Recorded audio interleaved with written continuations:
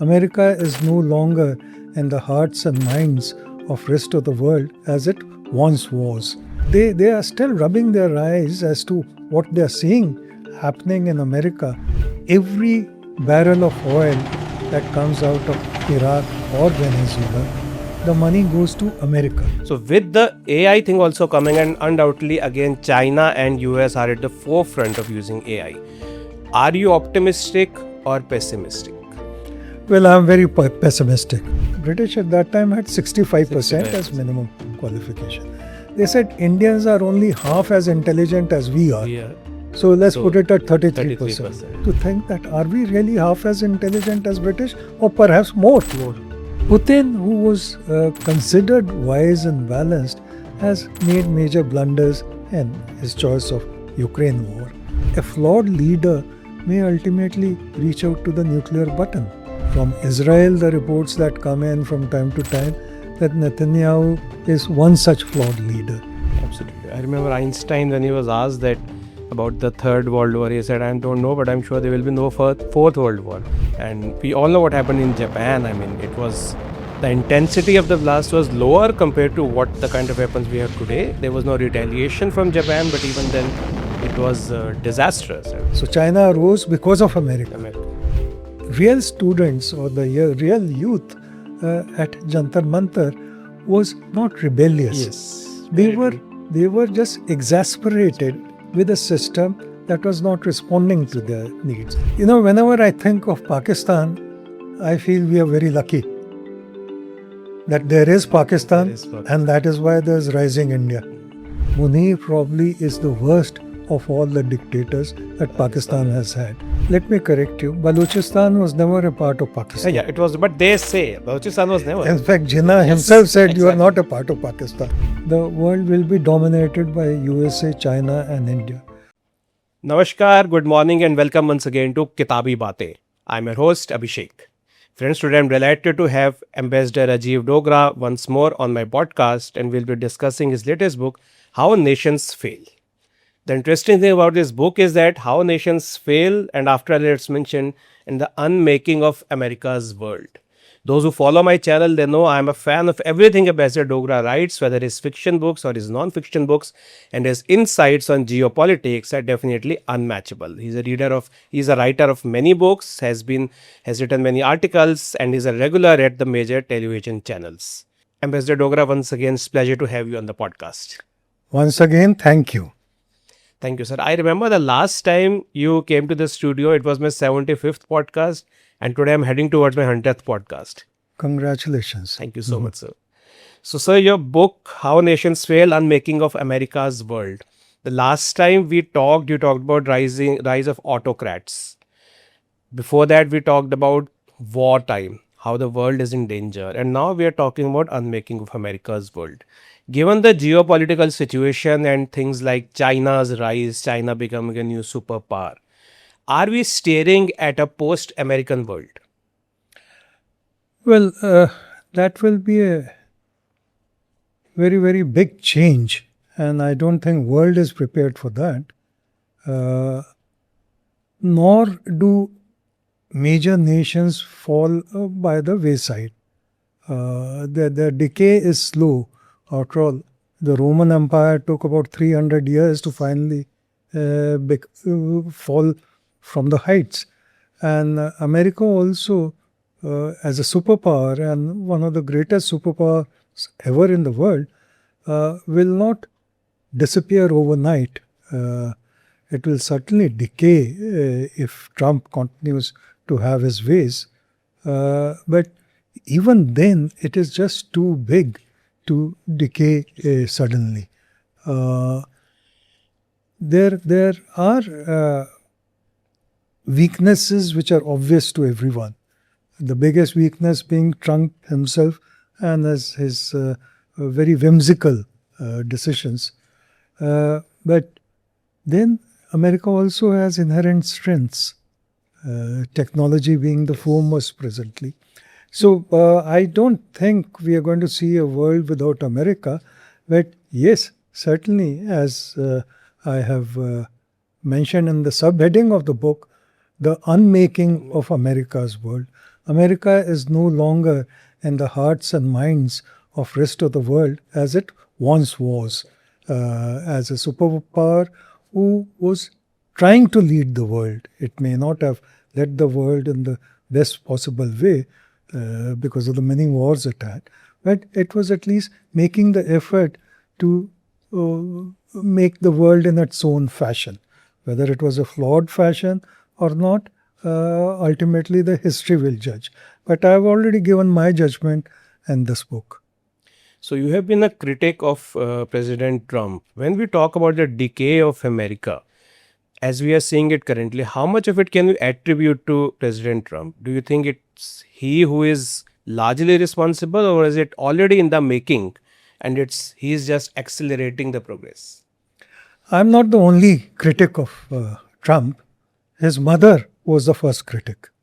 And she has proved to be prophetic. She said there will be disaster if he were to lead, if he were to become a politician and lead America.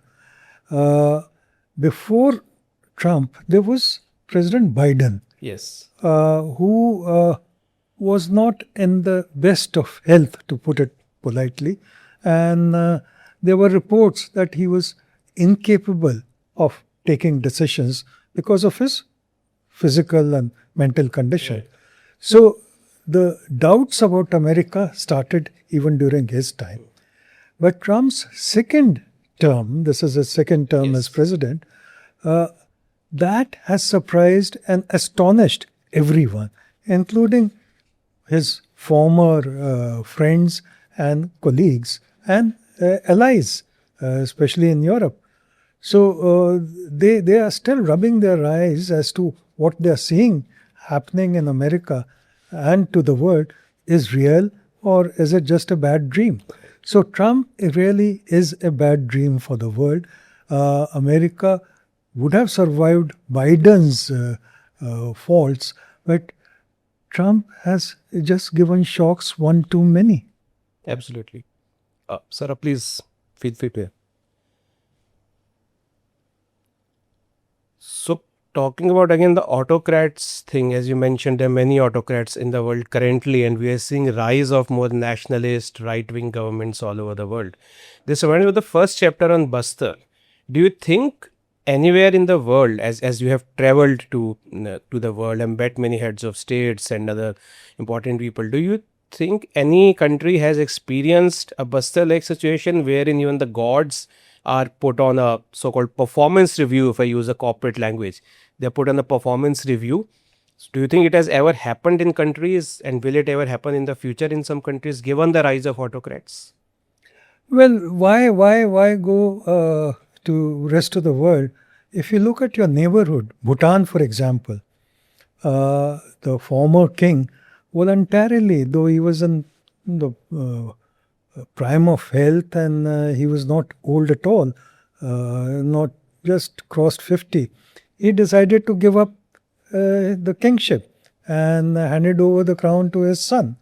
So there are cases where the leaders, I would call the former Bhutan king also a leader, where the leaders themselves recognize that they have done whatever they wanted to do or whatever they could do, and now it is time to hand over to the next generation. Of course, it's not universally so, but there are instances, for example, in some of the Scandinavian countries, where the will of the people really counts. But more than that, in fact, there have been a lot of comments, positive comments on the Bastar introduction that I've given to the Yes. book. And some people were pleasantly surprised that I started with something which Yes. is so out of the ordinary, Right. and picked up and developed it into a theme. I did that deliberately. I did it deliberately because I have always tried in all my non-fiction books to question, to ask why, and to go from the origin Right. of every issue, whether it was on Indo-Pak relations, whether it was Durand's curse, autocrats, and so on. So I wanted to make a connection with what everyone knows, that history repeats itself. There may be shades, there may be variations, but essentially the human nature is such that you make the same progress, you make a similar mistake, and then you suffer same kind of consequences, and then wonder why has it happened to me. So we don't learn from history. And that is why this example of Bastar, where tribals go every year with the gods they had worshipped through the year, and go to the main temple, the Bangaram Devi temple. And then they sort of, by consensus, decide which of the various gods had done them good during the year and which had not. Those which failed the test were cast aside to be, discarded as pieces of wood or stone. And this was a very good simile, very good example for rest of the people of the world to follow, that, here is a message from age-old tradition of tribals, that if you lose faith, whether it is God or leaders, in our case, God in their case, then you have to look for alternative. Absolutely. Otherwise, you'll keep on suffering the consequences. So how nations fail really starts from that premise, that, unless people take the initiative, nations will fail, empires will fall, civilizations will disintegrate. And I found it fascinating for myself, and I'm glad readers and critics have been full of praise for the way it has developed. Absolutely. I remember a couple of years back, there was this discussion in one of the groups I belong to, that there should be a right to recall for the MLAs. The public should have the right. There should be some kind of a midterm appraisal or something. And if they are not performing well, there should be an option. So people are definitely rising up to, such things, that, okay, yes, we have given our vote and it's not working out. So there should be an alternate. So yeah, but let's see how it happens across the world, across countries, because on one hand, while we are talking of this, but as you agree, we are talking also the rise of autocrats and problems with the world order. So not exactly a post-American world, but I think you agree that the overall, in some way or the other, America's influence is going to decline. And one of the major things you talked about is America's share in GDP, world trade, has fallen from about 50% at one point of time to somewhere around 25 to 30%. And China is definitely occupying that space. A world which is dominated by China, either China or China America together, because for many decades to come, they will still be the two largest economies and will have a strong hold on the world trade. How do you see that world, which is some way or the other jointly, dominated by China and America? Well, I'll add a third dimension to it. You're right that America and China, I wouldn't go so far as to say combined, but America and China are already dominating, are already the dominating voices in the world. Absolutely. But there's a third voice which is even more worrying, and that is the technology voice. I mean, people like Elon Musk and many others who are in this business, they have started influencing national decisions. They have started influencing national destinies. They have started influencing the shape of wars. For example, Ukraine-Russia war. Elon Musk has played a central role in giving the satellite technology benefit to Ukraine, and which has really had a decisive influence, as we've seen in the last few days at least. So, what influence these technocrats, super technocrats, I would call them, would have on world affairs is something that we have to worry about, because we know the behavior and the ways of superpowers. Yes. What is unknown is the way and behavior of these technocrats, some of whose turnover exceeds the GDP of many countries in the world, and some of whose reach is such that countries do not have a counter against them. So I think the world needs to think seriously about this third dimension. As far as America and China are concerned, yes, they will be motivated by self-interest. For example, let me give you the example of America and Venezuela and Iraq. Every barrel of oil that comes out of Iraq or Venezuela, the money goes to America. There, the State Department decides how much of that money should be given, transferred to Iraq or Venezuela. And for that, they need an account from these two countries. And then they decide whether it is justified, whether X amount is justified or X minus 1 is justified. So, to think that a superpower sitting thousands of miles away, for example, from Iraq, can decide the destinies of people, the behavior of people, their needs, the level of their prosperity or lack of it, is really colonialism in another form. Absolutely. And absolutely worst form.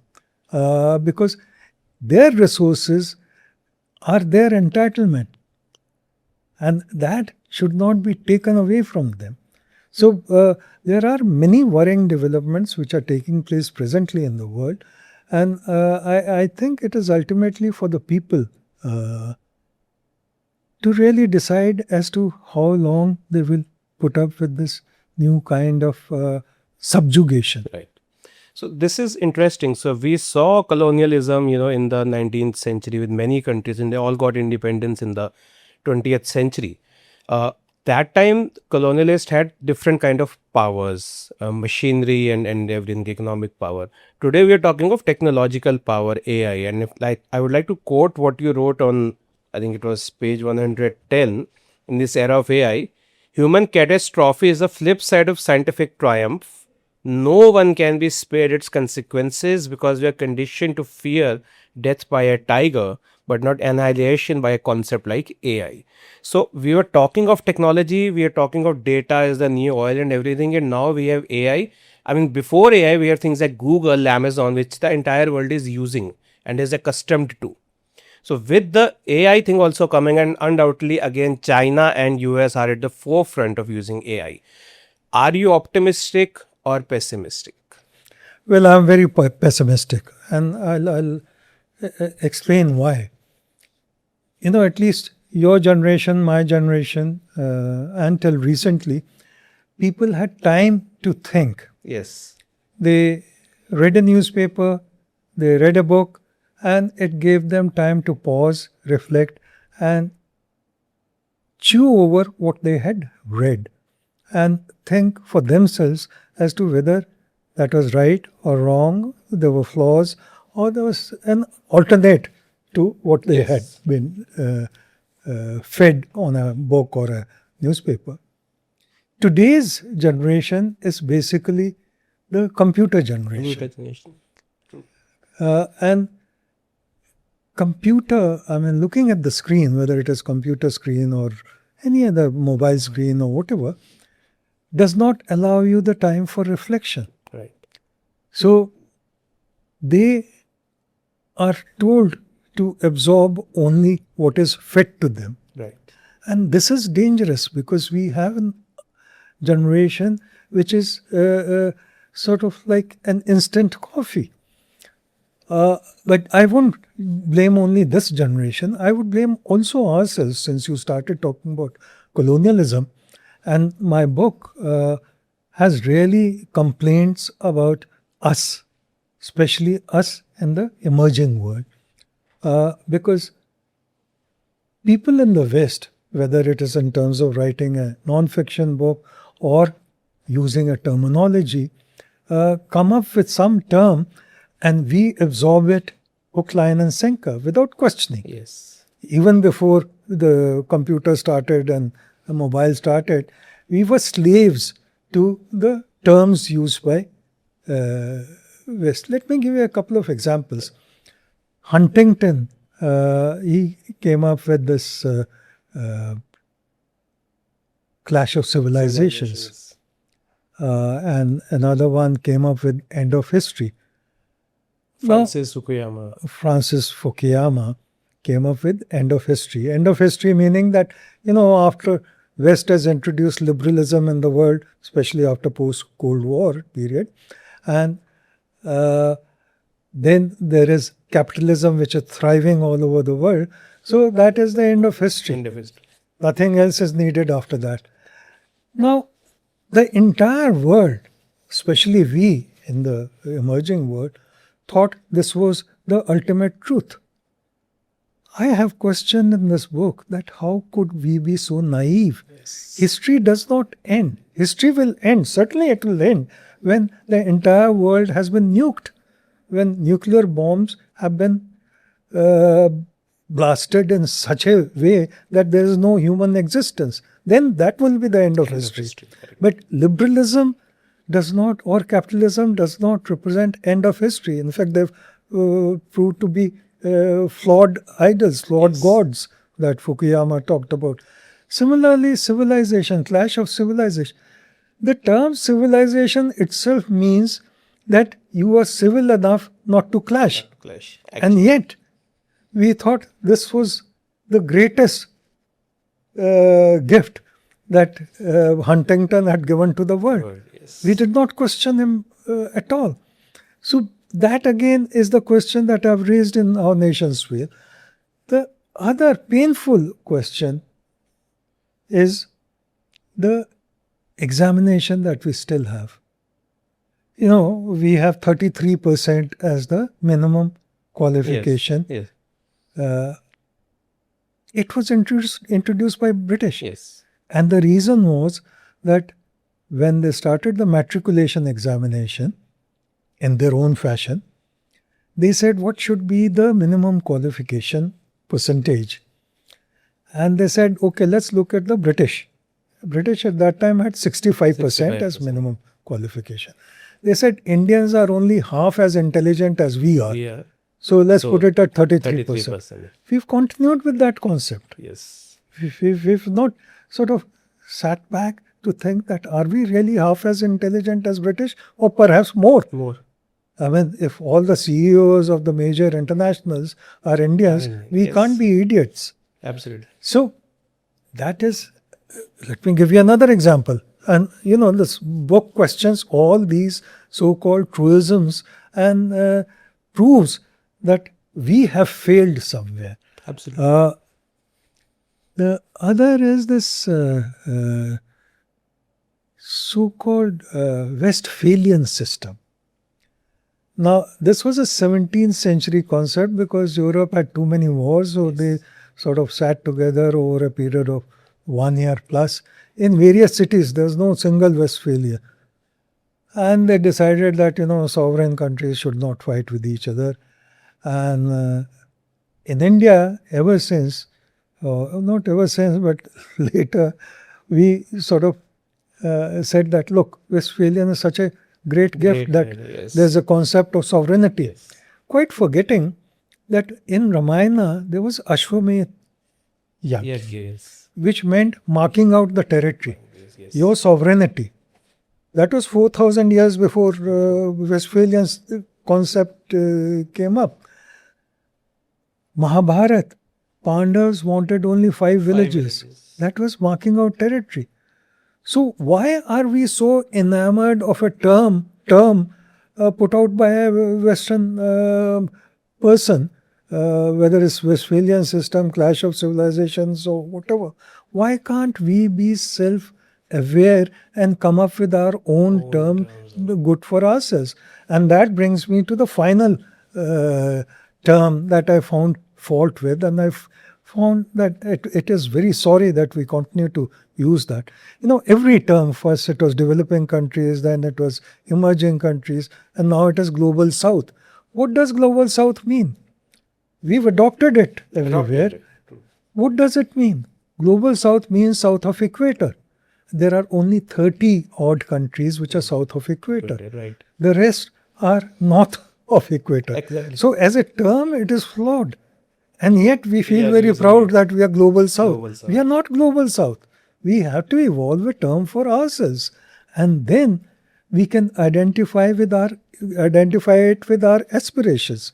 So my question is that why in this age, when, as I said, so many of our people are doing so well internationally, why can't we at least have our own idea of what we are? What we are. But I hope any leftist who watches it doesn't call you a Sanghi now because of you talked of Ramayana and Mahabharat. But yeah, very good ideas, definitely. Yes, we do need to have our own ways of, looking at things, measuring and saying. So we talked about Western domination, we talked about AI, which is a new way of colonization, despite many advantages.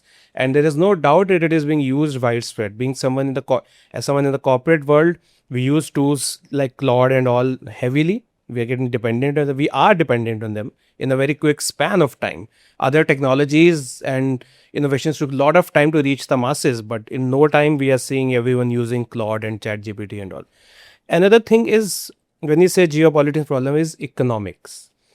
Two very important points mentioned in the book. One is that US share has declined, China's share has risen, it's around 15%. And China has given debt to many countries. Around 120 countries do business, and China has put money in many of these. Debts are rising at unsustainable level. The global debt to GDP ratio is more than 200%, and it's 250 to 300%, which is unsustainable. Given the very high levels of debt and many countries' dependence on one or two countries, how do you see this thing affecting the world? Well, firstly, as far as I am concerned, I am non-political. And I think that is what gives me the freedom to write freely, Right. whether it is this book or any of the other books. And I think as far as China's way of dealing with the world is concerned, it is mercenary. But so was American Yes. way. The big difference is that America could set its own terms because when it became the master of the world, so to speak, after the Second World War, it accounted for 50% of global GDP. Global GDP. China's, as you said very correctly, is accounting for only 15%, which is large enough for it to lend to countries and set its terms. Its basic interest is not so much as strategic influence as to get hold of the raw materials and industrial wealth of those countries, whether through investment or otherwise. But China has also faltered in some of its choices, prime being Pakistan, where it now realizes that it has just sunk money in a well without, fathomable depth. I mean, that they know that they are probably never going to get back that money. So China is taking those risks, but so are the countries that it has lent money to, because the terms that it sets for those countries, whether they are in Africa or elsewhere, are such that they will never be able to emerge out of that debt trap. Absolutely. So it's a worrying situation for such countries. But till such a time that China, like America has so far, has had bases all over the world, it will not be able to get its way in terms of strategic choices of those countries.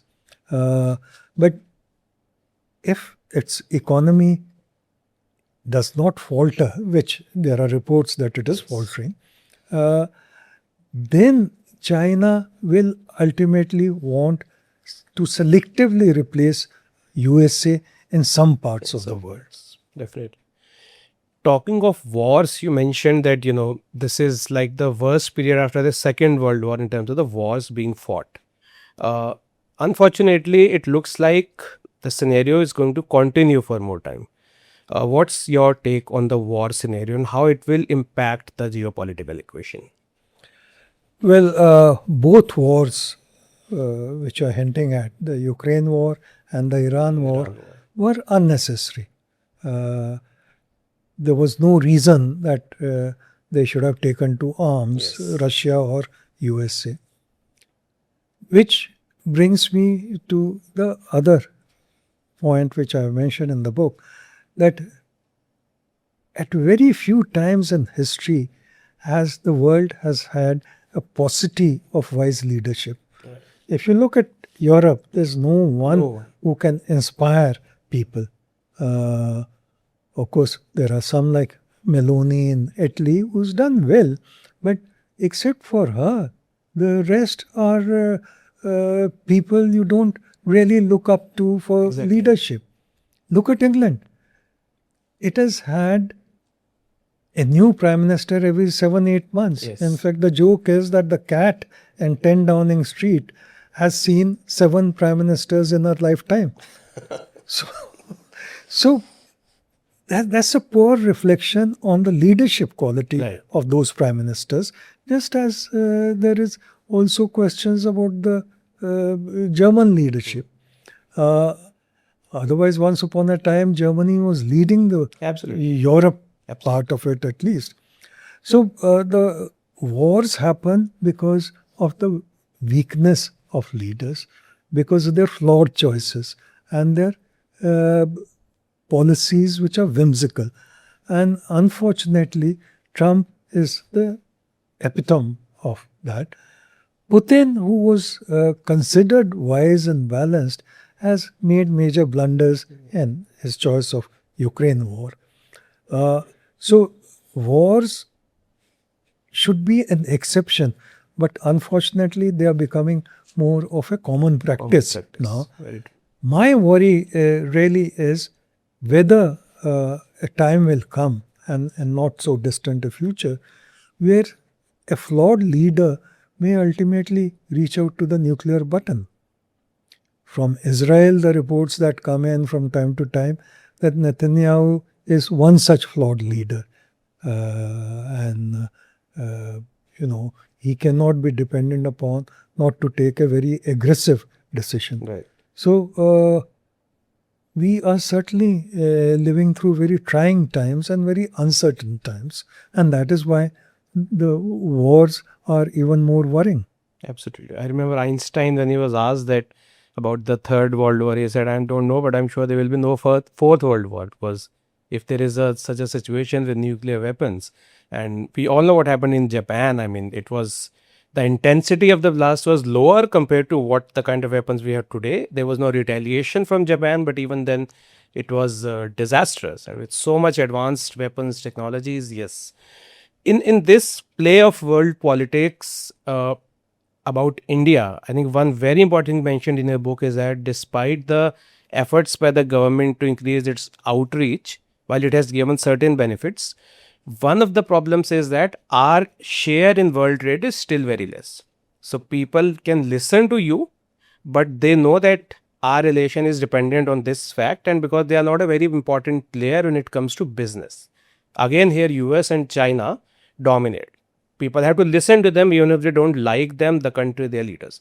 With India's share in world trade still at a very low level, and other factors if we take into account, how do you see India's role in the next, say, 1 to 2 decades?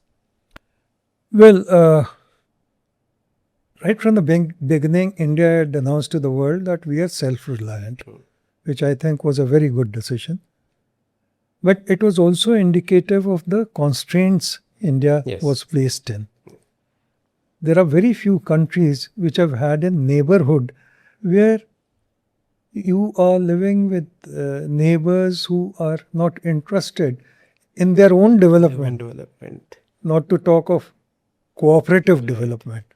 So, firstly, India did not have the choice that America or European countries had in terms of markets which were ready, which were large, and which were consumer oriented. There is very limited business that India can do with, let's say, Nepal or Pakistan or in Afghanistan or even Bangladesh, though with Bangladesh is a little more. The second was the suspicion that America always had vis-a-vis India.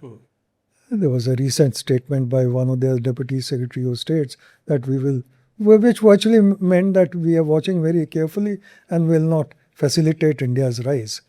Unlike America's desire that China must rise. Yes. So China rose because of America. America. Right. And India will rise despite America. Not because of America, but despite America. So India has many roadblocks on the way to its rise. We have internal issues, certainly, that we have a very large population of 1.45 billion, and we have a median age of 29.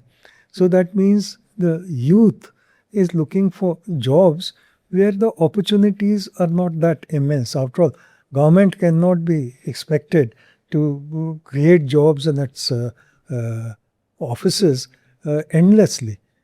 There has to be a collective effort from the private sector and by the government. But the private sector also has its own limitations. So you cannot produce millions upon millions of jobs every year. Until we are able to do that, the rise will not be uniform across the entire society. So our challenges are many, and our challenges are increasing, especially because of factors like what is happening in the Gulf, when our energy dependence has been fractured because both gas and oil in a very large measure used to come from there, and the maximum source of our foreign exchange remittance was from Gulf. So all these have been affected negatively by this unnecessary war in Iran and the consequences thereof. So India's rise is certain because India has the manpower and India has the ambition and a reasonably well-functioning democracy in a world where democracy has become a foreign word. Absolutely. But as I said, the challenges are many and the task ahead will not be easy. Right. If you look historically, so two things often said, as you mentioned, self-reliance was our mantra, which definitely made sense at the time of independence because there was a colonial hangover. The world was pretty much against a colonial power or about the Western, world, because there were instances of exploitation of, the Asian countries and other such countries. Do you think self-reliance is something which is still as relevant today as it was in 1950s? And when we say India is a soft power, do you think in terms of policy making it's a bit flawed? I mean, there must be an ambition to rise. You should think in terms of being a hard power as well. So do you think India played too softly on the global stage since independence? Well, since you asked me between soft power and hard power, I'll choose smart power.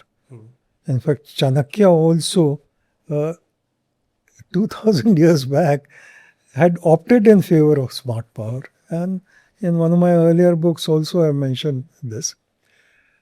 Because neither hard power nor soft power gets you much leverage. The other thing is self-reliance, whether it is of relevance today. Indeed, it is. For example, unless we are self-reliant in terms of defense, if we are dependent on, let's say, America for F-35 or whatever, then they'll be able to control the soft package of that aircraft, and they'll probably put blocks in the way of firing of missiles and so on. So unless we manufacture major equipment ourselves, whether it is BrahMos or aircraft or whatever, we will not be able to stand on our own in the world. And that is why self-reliance is as essential today as it was post 1947. The second is, and unfortunately people don't appreciate it very much, if you look at post Second World War scenario as colonialism sort of receded and countries came into their own, and if you look at the map today of all those countries, there are very few examples, in fact hardly any, where countries have done well. Only India shines in that entire block. Otherwise, they've either been dictatorships or failed economically or failed as democracies. Very true. So, on all these measures, India has done reasonably, perhaps remarkably well. And I hope that faith in self reliance and democracy continues. Because if we falter there, then we will be faltering in our national ambitions. Right. So a question which is more like a political one in light of the recent protests like the CJP and all. What's your take? Do you think it gives you hope? Do you think it's a political move by the opposition and other forces, or do you think it's just a transient thing with nothing of significance? Well, I normally don't like to comment on internal political issues because I feel I don't know much. There are better qualified people. But since your question is about the youth, uh, I would say that in some ways it was an outpouring of the frustration that the young people have, and it's acknowledged widely by every shade of the political class in our country.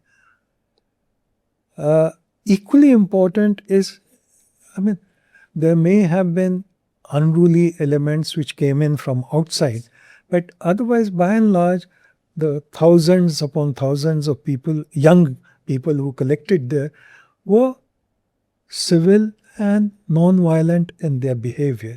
Sometimes when children gather, they are excited and one or two words would have been misplaced and unfortunately spoken.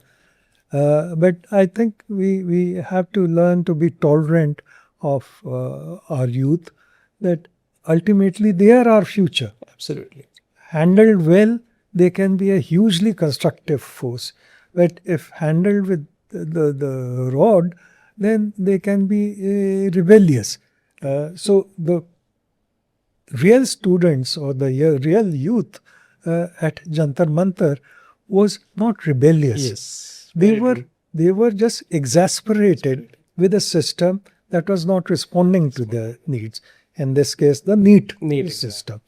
But otherwise, if you look at some of their articulation, uh, it was as good as any other class of youth anywhere in the world. They were very articulate. They were expressed themselves well, and I think rather than suppress the talent, the positive talent in youth, we should encourage it, because democracy flourishes, and if democracy flourishes because of its people, then the country flourishes. Very true. So, no discussion on geopolitics in India can be complete without a discussion on Pakistan. Though while not much has changed since our last discussion, but with Asif Munir at the helm practically, threats of major attacks in India is always there, especially in the light of Operation Sindoor. Uh, how do you see India-Pakistan relations spanning out over the next couple of years? Whenever I think of Pakistan, I feel we are very lucky that there is Pakistan, and that is why there's rising India. So we are very fortunate that we as people, we as country, have decided that our destiny must be in opposition to the destiny that Pakistani army has chosen for Pakistan. As far as Pakistan itself is concerned, it has too many rebellions going on at the moment. Most of them of its own making, most of them because of the army, and most of them because of army men like Munir, who are self-indulgent, who are self-promoting, and who are self-absorbed. And in fact, any Pakistan watcher would note and confirm that Munir probably is the worst of all the dictators that Pakistan has had. It has had horrible dictators in the past, but Pakistan is singularly unfortunate in having Munir at this stage, because the reports are of a person who's short on fuse, who is capable of taking very irrational decisions. And one of the irrational decisions is giving the command of the nuclear strategic authority to an army man. Now, the civilian leadership, which is weak all the time, but at least it has had, for form's sake, the prime minister as the overseer of the nuclear button. Today, that is not the case. Today, an army man, the general, ultimately decides what to do with that nuclear button. And that, I think, is an extremely worrying prospect for India. As far as Pakistan itself is concerned, I would not go so far as to say that it is going to disintegrate tomorrow, but the signs are not good. Balochistan is in flames. The POK part is in flames. Unfortunately, that is an isolated part, so they cannot get support from, let's say, America or so on, though some of the reports suggest that. And the population there is mixed. Yes. Pakistan has changed the demographic complexion. So the original Kashmiris are more in Britain than in POK. So the struggle has many constraints, but still it's a struggle that has continued for over a month now. And they've had close to 50 deaths, yet they are assembling every day. The KPK again is a very, very delicate situation. So the issues within Pakistan, I've not even touched the economic part of it, which is a disaster zone. But the issues in Pakistan are just too grave for any army man to handle. And the signs are that the army man now wants to take over the control of the country by imposing himself on top as either president or prime minister, or president for himself and prime ministership for his brother-in-law. Right. So we already know what happened in 71. But situation is different because Bangladesh, East Pakistan then was on a geographically completely different area. Balochistan is a part of Pakistan, whether the Balochs want it or not. The population in Balochistan is relatively very less compared to the overall Pakistan population. Do you envisage in the near future a 71-like situation when Pakistan introduced Operation Searchlight, killed many innocents? They're already doing it. Do you see that situation coming up in the next couple of years at least? When there may be rebellion again and Pakistan may respond in a negative manner. Let me correct you. Balochistan was never a part of Pakistan. Yeah, it was, but they say Balochistan was never. In fact, Jinnah himself said you are not a part of Pakistan. It was Kalat, known as Kalat that area. Kalat was the biggest sort of princely state. In the state of Balochistan, Kalat was the biggest. So the confusion is that Kalat is Balochistan. But the Nawab of Kalat had in fact hired Jinnah as his lawyer when this issue rose up in 47. But then Jinnah being Jinnah, he switched sides the moment he became Governor General.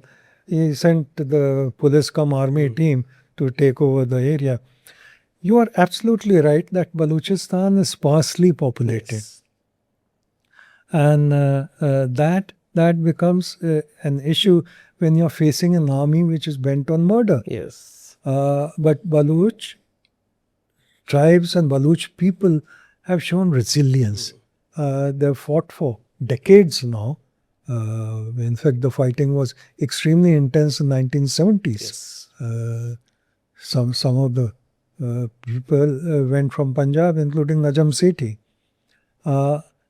But again, the same thing, that against a formidable army force, how long can the relatively less armed Baloch face them? But the reports that are emerging is that there are parts of Balochistan which are out of army's control. And if this continues, then numbers don't matter.